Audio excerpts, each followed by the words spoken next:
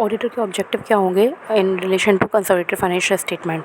तो उसका ऑब्जेक्टिव होगा कि वो सेटिस्फाई करे हिमसेल्फ कि दैट कंसोलिडेटेड फाइनेंशियल स्टेटमेंट जो प्रिपेयर हुए हैं वो एप्लीकेबल एफआरएफ के अकॉर्डिंग प्रिपेयर हुए हैं कि नहीं।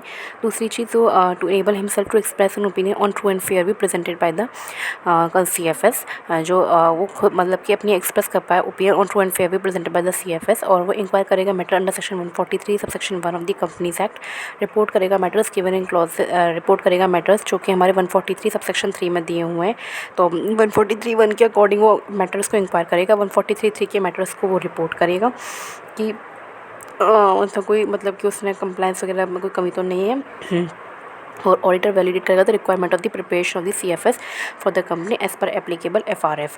ठीक है, तो हमारे 5 पॉइंट है। ऑडिटर का objective in relation to consolidated financial statement, satisfy करेगा himself that consolidated financial statement have been prepared in accordance with the requirement of applicable FRF, to enable himself to express an opinion on true and fair भी presented by the consolidated financial statement, to inquire the matters under section 143 subsection 1, to report on matter given under section 143 subsection 3 of the Companies Act. And fifth point is that the auditor should also validate the requirement of preparation of the CFS for the company as per applicable FRF।